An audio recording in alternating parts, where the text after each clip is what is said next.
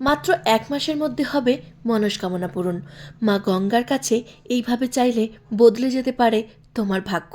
প্রথমে 2 হাত জোর করে প্রণাম করতে হবে, তারপর গঙ্গার জল তুলে মাথায় 3 বার ঢালতে হবে। একবার শরীর শুদ্ধির জন্য, একবার মনের শুদ্ধির জন্য এবং আরও একবার আত্মার শুদ্ধির জন্য। এবার শুরু হবে অর্পণের পালা।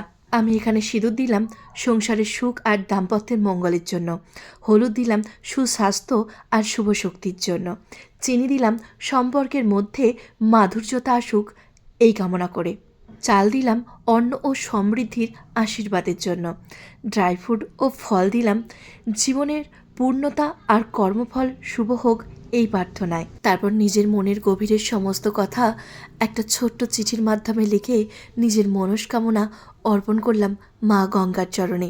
যা কাউকে বলা যায় না তা কিন্তু মাকে বলা যায়। কিছু ফুল এবং সামর্থ্য মতো দক্ষিণা দিলাম কৃতজ্ঞতার স্বরূপ।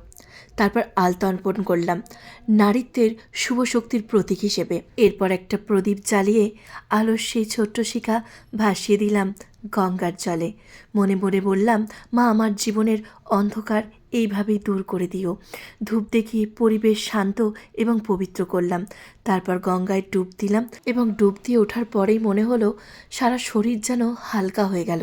সব কষ্ট দুঃখ যন্ত্রণা যেন ওই জলের মধ্যে ভাসিয়ে নিয়ে গেল মা গঙ্গা। আজ আমার সমস্ত মনস্কামনা, সব আশা, সব স্বপ্ন মায়ের কাছে সমর্পণ করে উঠে এলাম পাশের একটি মন্দিরে, যেখানে বিরাজমান দেবাদিদেব মহাদেব, যে সমস্ত দেবতাদেরও দেব। বাবার মাথায় জল ঢেলে বাবাকে পুনরায় জানালাম নিজের মনের কথা এবং পাশে থাকা হনুমানজির মন্দিরে গিয়েও রামগান শোনালাম হনুমানজিকে। গঙ্গায় সমস্ত জিনিস অর্পণ করার পর তোমাদের সামনে যে দেবদেবীর মন্দির দেখতে পাবে সেই মন্দিরে গিয়েই পুজো দিও, অথবা ভক্তি ভরে প্রণাম করে নিজের মনস্কামনাটুকু আরও একবার জানিও। বিশ্বাস করা হয় এর ফলে মনের ইচ্ছা পূরণের পথ খুলে যায় খুব দ্রুত। সবসময় মনে রেখো, আসল শক্তি হলো ভক্তি আর বিশ্বাস। তাই তুমি যদি সত্যিই মন থেকে কিছু চাও, একবার ভক্তি ভরে মায়ের কাছে এভাবে অর্পণ করে দেখো, মা নিশ্চয়ই তোমার হাত ধরবেন, তোমার ডাকে সাড়া দেবেন।